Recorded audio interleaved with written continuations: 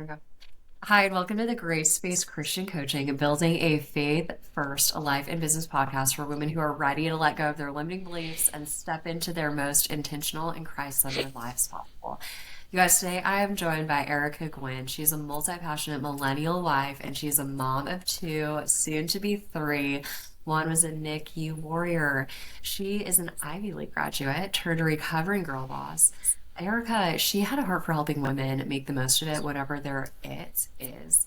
She is a girl's girl to her core. We love it. Erica, she's your go-to gal, whether you need thoughtful encouragement from a coach, genuine hype from a cheerleader, or the heck yes, buy the shoes from a thrifty treasure hunter. She is your girl. Erica reminds women that the hard stuff, you guys, can still be good stuff. And it's actually not all on you to get it right or make it happen, which, wow, what a relief. Erica is the author of this amazing book right here, y'all. It's called That's Just Not True: How to Replace the Lies You Didn't Know You Believed with God's Unchanging Truth. In addition to your role as an author, she's the host of the Thrive podcast. A couple recent interviews. One is Justin Whitmore Early of Habits of the Household. We've talked about this with GSCC. That is such a good book. You have to read it if you haven't already. And another recent guest is Andy Colbert of Try Softer. You guys, a couple of clients have heard of her too. She's just phenomenal. And if you want a throwback Grace-Based Christian Coaching, we are on in 2020, 2 episodes, how to live more boldly with intention while prioritizing what matters most, and how to take big risks, overcome fear and doubt, and make godly decisions. But in addition to being an author, being a podcast host, she is also a long-time blogger. She's the founder of Coming Up Roses, which is an online blog. You guys, she does some monthly recaps. I really have been obsessed with several of the products she's recommended. One is this lip color, if you remember Erica and Maybelline. So she shares on there too, and she's all about community that's rooted in the belief that every rose has its thorn, and it's up to us to pick our perspective accordingly. So with that, Erica, welcome to the podcast. Thanks for having me. Okay, wait, is that the super stay one and lead the way? It is. There's nothing quite like that. Do you What a still use? gem. I Yeah. sure do. I literally just bought a new one because I had I think like 3 or 4 in my collection, and I've had them for so long where I was like, I need to buy some new ones here and refresh my stock. So I literally just purchased it again. That's hilarious. I love it. There's something else, the colors and even the scent of it. It's just, I get so many compliments. The Yep. L'Oreal, they have like a long wear kind of, more of a lipstick, but a gloss that I put over it. Oh Must, yeah. must It's like wear. classic and it's so good. And also it's been 6 years since we talked on Thrive. I know. But I was gonna What? say, when we did, you had one babe, and now between the two of us, we We have three 6. any day now. Praise God for What? that. That is Yeah. great. Did you have any at that point when we talked? No, I mm-mm. was gonna say, Yeah. I think we just like were fruitful and multiplied between the two of us. We've been busy. It's just like, love it, coach. What God can do when you just Wow. listen to Him and lay down your life and trust. And the fact that we've been so blessed to create such beautiful families and while doing something that we love that gets to connect with and serve other women. I mean, there's nothing quite like it. Nothing quite like it. So just if you're listening, you're, gosh, I wish that for me too. Like, just let our stories be a testimony and give you hope and potential of what could be to come. Yeah. Yeah. Amen. All right, so Erica, let's get into it. You talk about lies popping up often and how to navigate truth in your book. This is something that so many women, I know a lot of my clients experience often. So we're gonna go deep, right? Like we're girls here. Like let's just cut to the chase. We're gonna go deep fast. And with some women, I mean, this is something I've myself personally experienced. Part of the challenge of the lies are feelings of isolation, of shame, thinking, what's wrong with me? Or why haven't I figured this out yet? So I bring this up in the spirit of, being seen, acknowledging that listeners are not alone in their challenges. Erica, will you share with us some of the common lies that popped up for you as a young adult and then into your 20s and maybe even your very early 30s? Yeah. Well, there's 17 of them in the book. So like No. every single thing, and here came first from a place of I have believed this at some point in my life, to what degree I'm still struggling with it is the thing that would vary. But literally, I mean, every single one of them was something that I personally have been all too painfully familiar with over the years. So like, God won't ever give me more than I can handle. Like I think we love to believe in today's society and culture, especially this like hero complex that we are the ones that can do it all. And a couple of them I think thematically kind of go together. Like I often would believe like I could do anything. Of course I can. I'm the overachiever. I'm the go-getter. I'm the girl who was valedictorian and got the gold stars my whole life and went Ivy League. Like, of course I can do it. Of course I can do it. Right? Like I could do it. Right? Like it's such a slippery slope. That was a big one for me.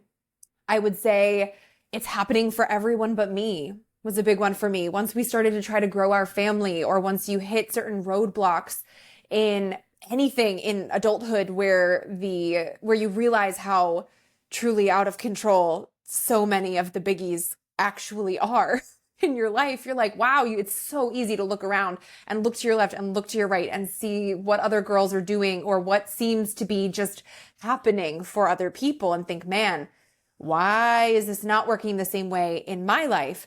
I would say one that I struggled with a lot in terms of like wrapping my head around it and not always knowing if it was truth or a lie would be the concept of I am enough. And like, that's a real touchy one, I think, for the book, because it sounds great. And we share it and hear it oftentimes, I think, especially in a lot of Christian circles, as a very positive thing. Like, of course you're enough because God made you. But I think it's also one that is easily twisted by the enemy to keep our focus on ourselves and to keep our focus on our own enoughness, or to keep us kind of striving to people please, or to just get a sense of validation that something that we did made us enough or could make us enough, instead of keeping our eyes focused on, well, actually, it's not our job to be enough. It was Jesus's job to be enough. And he did that quite well on the cross. So yeah, there's a bunch in there. There's not just one or two. There's a whole bunch. So shame off right away if anyone is listening and they're like, God, I think a lot of those resonate. Like there's a lot of lies in my head. Yeah, there's a lot for a lot of us, because that's just how the enemy works, right? He loves to feed the lies to us and loves to take what's good and true, twist it just enough, and make it a half truth that is now a lie. So Already, hopefully there's just connection, there's healing, and knowing that you don't, and we're not supposed to navigate a lot of this alone, but there's hope. We'll talk about that hope in a minute. But to stick in the like messy middle, if you will, what if any common themes, Erica, did you notice about some of these lies that you talk about in the book? that there is a little bit of truth, and that being able to play in the tension and live in the tension is where so much of the key to healing and moving forward, I think, actually lies. Because I would say what was surprisingly common to me was seeing how much of this has a little bit of truth in it. Like how many were things where at first glance someone would read it or think it and truly think that, yeah, that checks out. That sounds good. That sounds true. I could see God saying that about me, or I could see that being biblical. And then realizing through a bunch of research, through a lot of prayer, okay, it's not. But why do so many of us fall for it? Like, why does it sound so good? And I think that so much of the connector for quite a few of them was because it was taking something that was good, or was maybe even meant for good, or had some truth in it, and just became twisted just enough to completely throw us off, and maybe not even completely throw us off, maybe throw us off just enough to keep us spiraling, to keep us overthinking, to keep us stuck in the same bad thought pattern, something where the focus is on us instead of on Jesus, like just enough. And I'm like, it's tricky. It's so tricky. And that's exactly how the enemy plays. Like he's not just going, here's this big, bad, ugly lie that is obvious to the discerning eye. Of course, this is bad. Like there's maybe some in there where at first glance you might read it or see it and go, yeah, I struggle with that. And I know it's not great. I know it's not what God wants of me. I know it's not what God says about me. I know it's not true. I just am still struggling with it. There's totally some of them too. But like the vast majority, I would say, are ones where we can fall for it time and time again if we're not careful. You bring up so many good points right there. It reminds me of that it's so wild how there are themes that a lot of us are going through at similar times. Something we'll, in the past couple of weeks, bringing up with clients again and again is talking about this exact thing and thinking back to Genesis and the serpent and manipulating Eve and thinking, well, did God really say, or taking something and twisting it? And this is something that we are still wrestling with today. One of the coolest pictures I remember hearing at one point in a positive way in regards to change is like, oh, thinking about a boat, and even if it shifts like 2%, it's going to end up in a wildly different destination. Yeah. Thinking about this from this lie perspective, and like in some ways, I don't know if you're feeling it too, and hopefully listeners, like there's almost a call to like rise up, like let's put our armor on and like get rid of this for once and for all. Like, Lord, help us through it.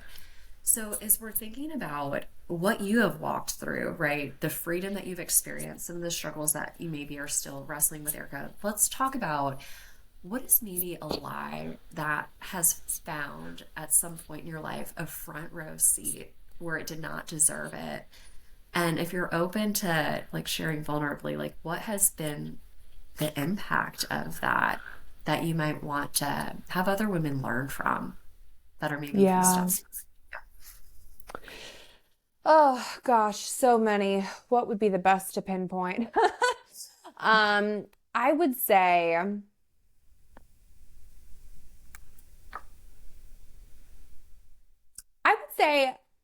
I can do anything was a really significant one for me, and maybe particularly relevant if there's fellow high achievers among us, or the goal getters, the people who kind of grew up with the whole she believed she could, so she did mantra taped to our walls. That, those are us.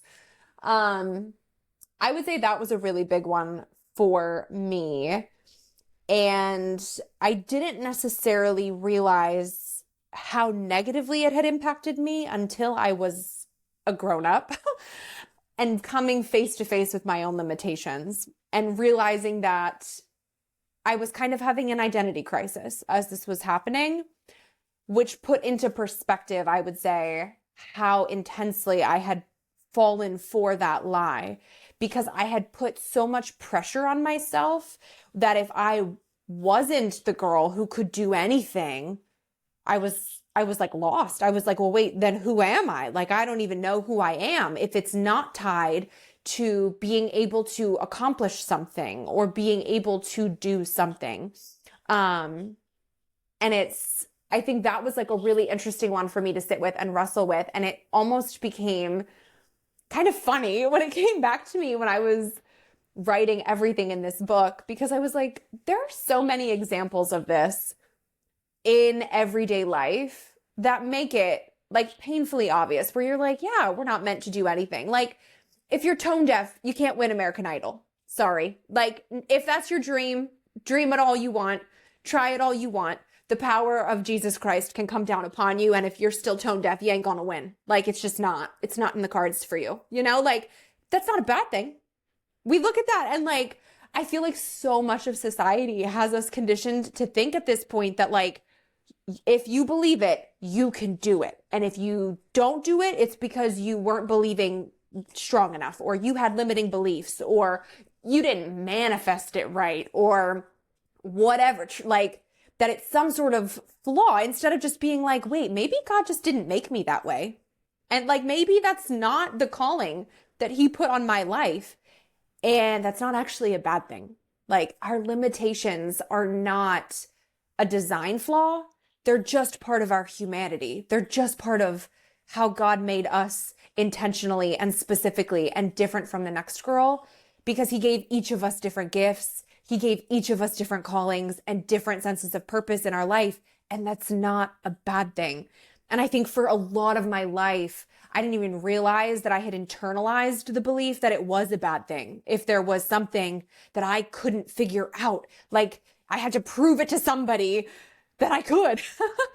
And it's so freeing when you can step back and be like, wait, I actually don't have to do anything and everything.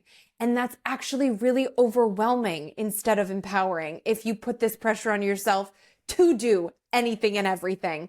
And it's not in the Bible that you can or you should. So it's okay. You can let go that desire. You can let go that expectation or that belief that, like, if you had the thought, you have to be able to break that through to that ceiling. No, you don't have to. It's okay. So I know so many listeners are shaking their head like, oh my goodness, I relate to this. She is speaking my life. She read my journal.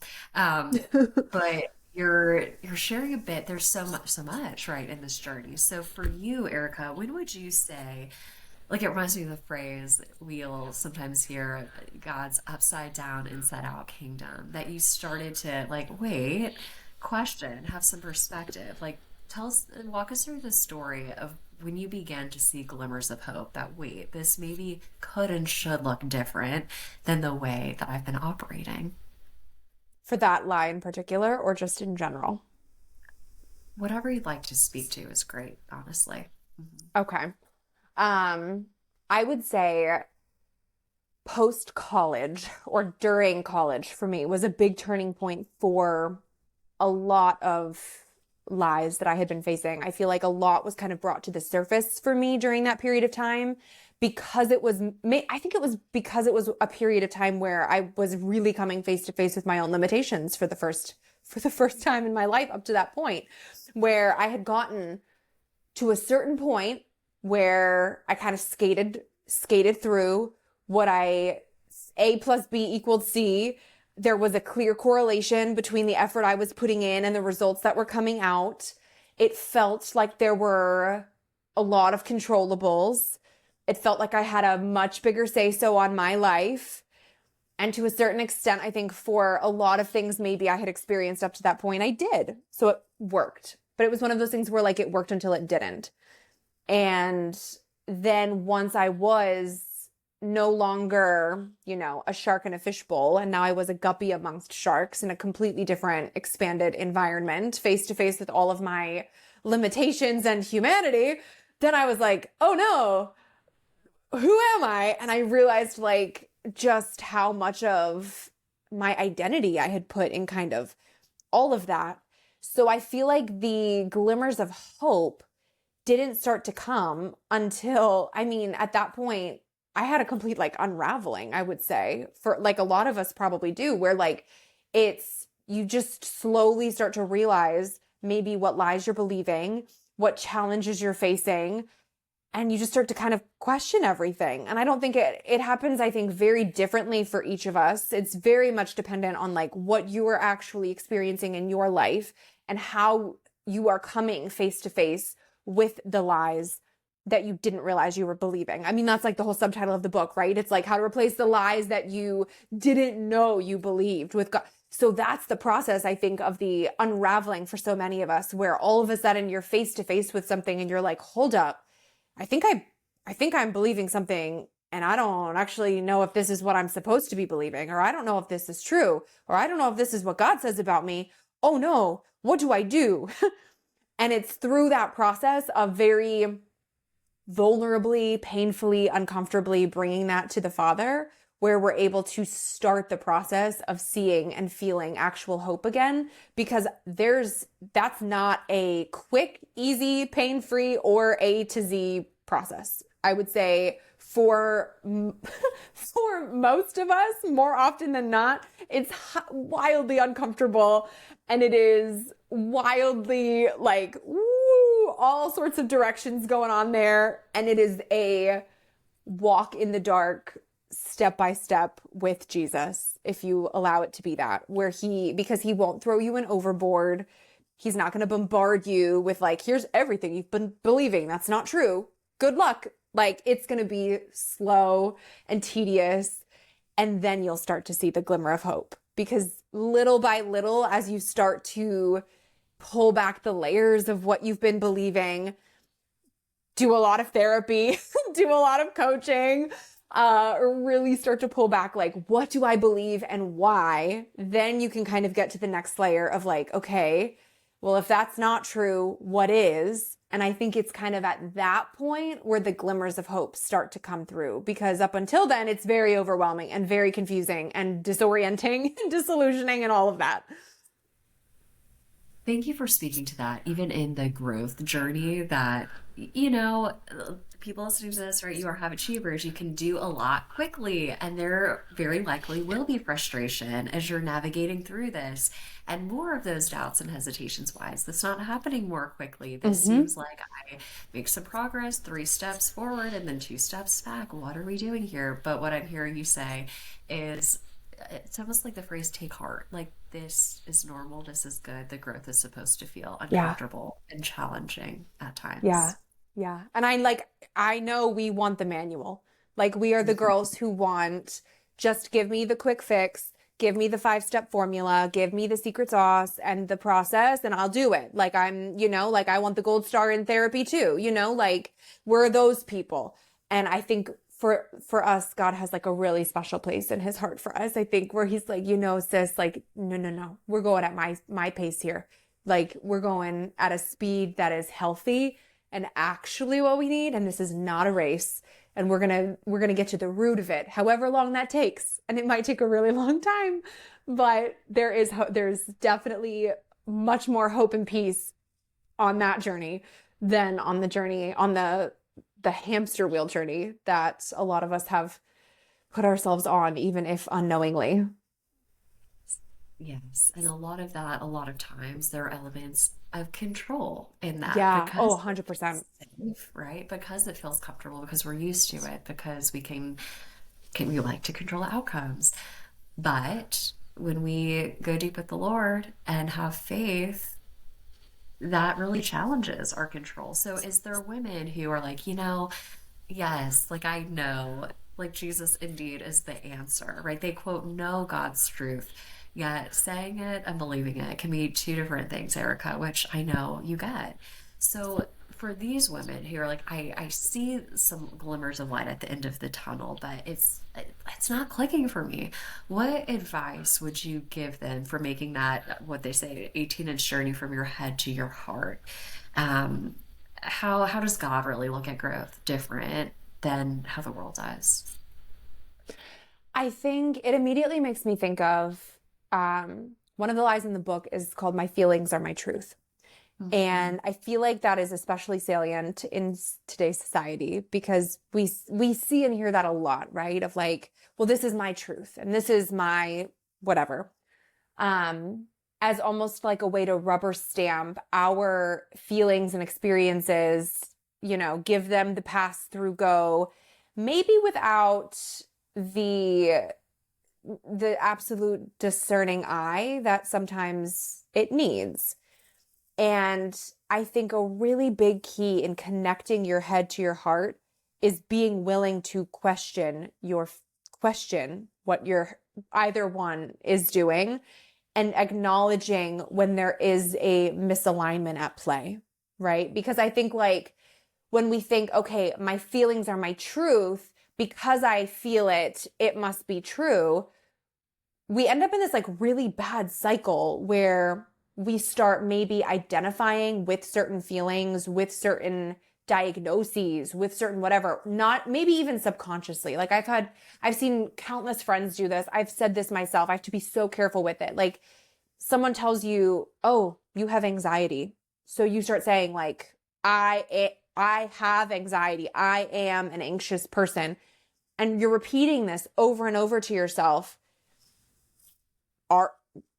Is that who you are? Like, I am this? Or is that maybe just something that you are experiencing at a given point in time? Like, you know what I mean? Like, it's something where we have to be so careful of the language that we are using about what we feel and what we believe, because sooner or later that is like what we become. So I think it's one of those things where if there is a disconnect between our head and our heart, and maybe we know something to be true, we don't believe it in our hearts to be true, but we do know this is what God says, that is the thing that we have to intentionally and consciously speak out loud over ourselves and repeat out loud ourselves. Because the things that we are maybe not as consciously saying out loud about ourselves are probably the things that we shouldn't be saying out loud about ourselves. Like, they're the negative things. They're the things where if we wrote them down every time we said it and handed it to our best friend, she would be like, girl, what? This is what you think about yourself? Like, you should not be saying this about yourself, right? So I think it's the same goes on the flip side, where you have to really get conscious about it and like scan the thoughts that you are having and be like, what do I actually believe to be true about myself? What am I actually thinking? What are the actual words and phrases that are going through my head right now? And is that true? Is that what God says about me? Because if it is not, it might feel very disingenuous and weird and uncomfortable at first to just start saying the opposite. But I think sometimes that's exactly what we have to do to begin that process of connecting heart and head, because you have to hear it. You have to hear yourself say the truth over and over and over and over. Because just as much as you believed the lie for so long, like, now we got to tap into all of the connective powers of psychology to rewire the brain to be like, nope, that's not what we are taking with us. Like, we will speak the life and speak the truth over ourselves if it is the last thing we do. Oh, it reminds me of this stat, Erica, something along the lines of 70% or maybe even more of the thoughts in our brain are negative. And what does God's word say? To focus on what is good and pure and all vastly different from what we're focused on. And what we focus on expands. But it sounds like a common theme of success here. As much as high achievers, right? We want to move forward and it feels safe to be productive, yet pausing is productive. We slow down so that we can speed up. And if you're truly passionate about leaving this behind and moving forward, creating space and room to hear from him and to let it sit and soak into who you are is essential to the journey. Yeah. Yeah. Yeah. Okay. So maybe let's talk about that then for a second. So the people listening, they're ambitious, they are doers.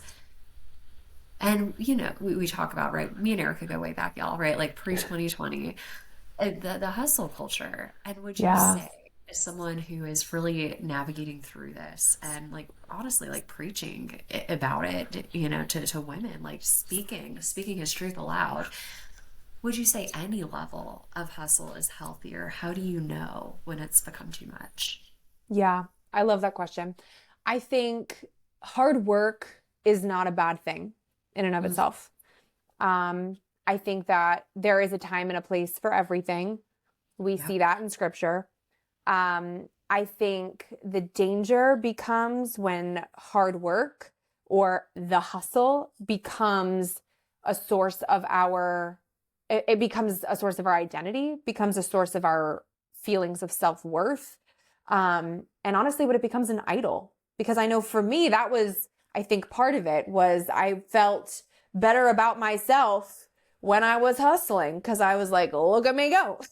Like, you feel when it becomes something where that is what's getting that's where, like, you're getting your sense of personal glory from, it's too far, because you shouldn't be getting the personal glory from the hard work. That's not the point of it in the first place. Right. So, and I think it's something where, I talk about the scene in the book. I talk about in the book, the scene from scripture in Luke 10 with Mary and Martha, right? Because I feel like we all know Mary and Martha. They're like the poster children for this idea of work versus rest. And in reading it so many times in new light, in writing the book, I was really struck differently by it, because I think a lot of us grew up thinking like, okay, like, don't be a Martha. Like, you don't want to be the one that's doing the work and missing it. Like, you have to just be Mary. But I saw Jesus's reaction to Martha in that passage very differently when I was rereading it in doing all of this, because I thought like, man, I could really relate to Martha, because I'm like, she struck me as like the big sis type, right? Like, you could just see she's like, she's probably dusting the baseboards for the savior of the world coming to her house. She's like, wait, I got to do this thing. And like, we can all relate to that, right? Like, it's coming from a good place. I don't think she was coming from a place of, this is more important, but she was like, oh, but I have to like try my best, and I have to do this thing that's really important. And in Jesus reacting to her, when he's like, he shakes his head and he says her name twice. And it immediately struck me where I was like, we can close our eyes and hear Jesus say our name instead of hers in that sentence instantly. And it is not the way that he said it. I was like, it does not feel like that is coming from a place of condemnation or shame when he's like, oh, Martha, Martha. Like, he's not going like, Martha, Martha, like, come on, get it together, girl. Like, I could just picture him like just smirking a little bit like, oh, Martha, Martha. Like he got it. Like, he knew right away, like, you're trying so hard. You're missing it. You're missing out because of this. Like, Mary chose the better because she's sitting at the feet of Jesus. He's not saying, Martha, you shouldn't be working at all. He's not saying, Martha, this work just doesn't need to happen. Like, I think he gets it. I think he knows we are multi-passionate women. We've got a lot going on. We're working. We have families. Like, he knows we cannot just go, there goes work. No responsibilities today. Let's just go sit and pray for 17 hours. Like, he's not asking us to do that. He's just like, don't miss it in the midst of it. Don't be so focused on the work that you completely miss the opportunity to sit at my feet and be with me too. So I think that's where there's like hope for us too, in terms of kind of living in that tension of, it's not that the work is always bad. It's just, it can't be the thing that is stealing our attention away, where we miss the opportunity to be in the presence of the Lord and let him fill us back up again, and let him give us his peace again, and let him just be with us again. So it's not going to be this like either or. It's always going to be a both and. There's truth in the tension. And I just think that that's like, it's not him asking. He's not asking you to give it all up. He's not saying your work isn't important. It is. We know it got to get done, girl. But like, the rest is just as important too, and needs to be prioritized. So perhaps to put a couple coaching questions to that, because that's just what we do here. Y'all, if you want to take a second, maybe jot down 3 questions. Like, what is driving you? Spend some time, get curious about that. What is this about? Is this connected to God's truth, or is it connected to lies? And perhaps to think too, like, I love what you're speaking to, Erica, just getting curious of, what might you be missing out on? And let that maybe pierce your heart a little bit, so that Jesus can heal that and make you whole again, and sit in the discomfort and recognize that, not from I've been messing up, for what is he inviting me into? Like, what becomes possible? What is my inheritance, being a daughter of the High King? That's mine to have, that I've not been opening up to, and get excited about what that could look like. So, Erica, we've talked about, being in the depth of it, like the muck. We've talked about what does it look like to begin to walk out of that and see hope, see change. And then as we begin to talk about the other side of things, let's say, what does it look like to stay consistent? That is the it factor I've seen with clients who are the most successful, is the ones that show up again and again. What has supported you in your consistency in this journey? I think ongoing curiosity and ongoing willingness to be humbled, and to consistently take it to the Father in an open-handed, surrendered posture, where you're willing to let him show you what might be standing in the way between you and a closer relationship with him, what lies might be muddying the water. Because I think for a lot of them, oh, can you hear me? I think it just cut out for a second. I can. Yeah. You can hear me? Okay, perfect. I can hear you. Yeah, No, because keep it going. we're great. Yeah.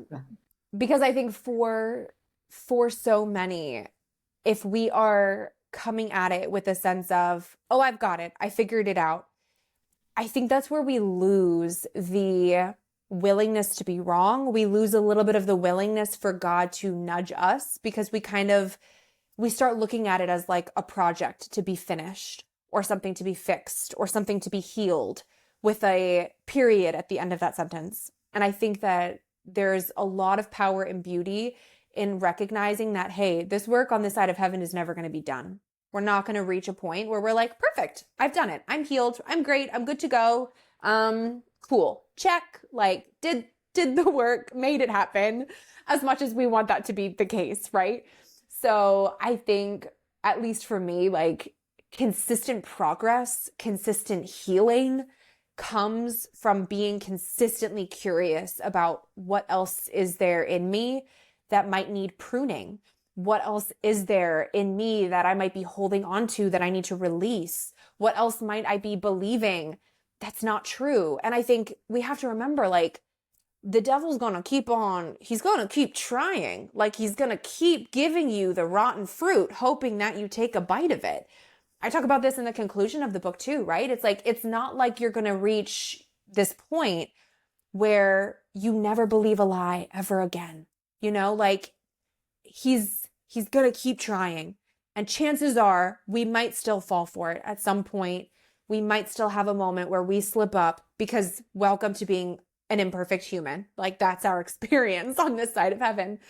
But it is the good, consistent work of being able to constantly sharpen our skills to recognize when, oh, that's not true. That's a lie. I won't allow that to come into my house or in my brain. And I think it's that kind of consistent work that little by little, it won't be perfect, but it will have progress. And that's all we can really hope for, right?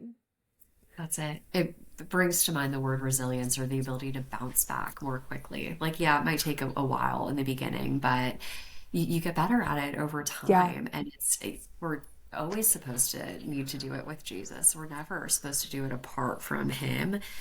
This might even be a book title, Erica, just a really dear mentor had shared, but it brings up the phrase, long obedience in the same direction, right? Like that we are just headed towards walking with him, following him, one step in front of the other, persevering, like we hear about in Hebrews, the hall of faith, if you will.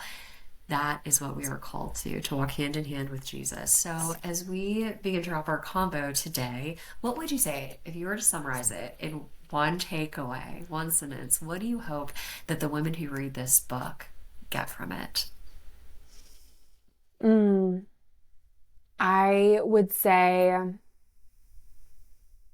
I would hope that they get an overwhelming sense of hope from it, of peace, of grace, and of lightness, like pressure off. Because I think a lot of us have the pressure on and maybe don't even realize the extent to which we have been living in a pressure cooker that we have created for ourselves. And I think if she can step away from reading it and breathe a little bit deeper and feel a little bit lighter and feel like the bag that she's carrying on her back every day is lighter and she didn't even realize how heavy it was, like if it's that sense of, whew, I don't need to carry all of this anymore, because he's got me and he's going to continue to have me, and this is not all of mine to carry. That I think would be awesome, awesome work that God could do for her through this.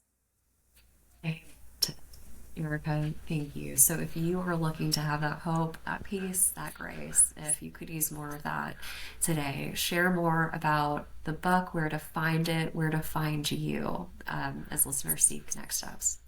Yeah. You can get the book anywhere books are sold, Amazon, Barnes and Noble online, or you can go to ericagwynn.com/books. It's linked there in all of the online places as well. And you can come hang out with me over on Instagram at Erica Lagenza, or come listen to the podcast, which is called the Thrive Podcast.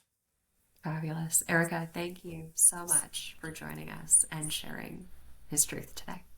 Thanks for having me.